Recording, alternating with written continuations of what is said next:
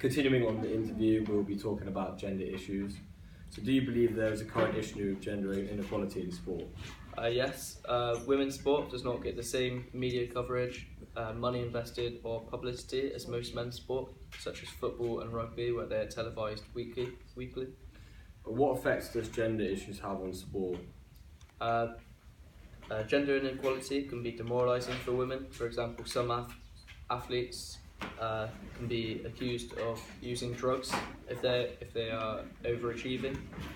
And on one occasion, Costa Semenya was accused of being male when she actually had a medical condition where testosterone was 3 times higher than a normal female.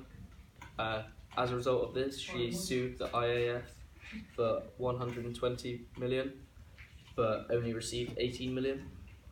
How has gender inequality been present in sport? So although gender inequality in sport is getting better, with women's sports becoming better with more coverage and more interest, there is still a gender gap.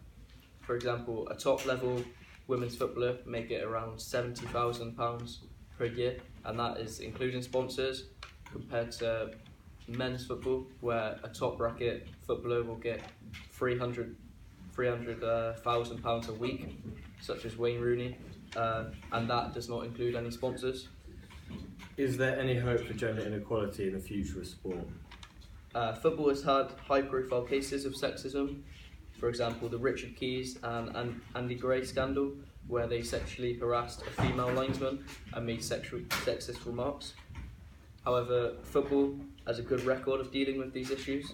For example, Rio Ferdinand being fined by the FA recently for sexist tweets and potentially gaining a ban, as well as Richard Keys and Andy Gray losing their jobs.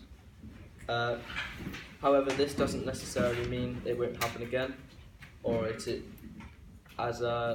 they can sometimes class it as banter, and this is what they say to try and get away with it with no punishment. So I still think there is more needs to be done to make sure that gender inequality in sport is equal.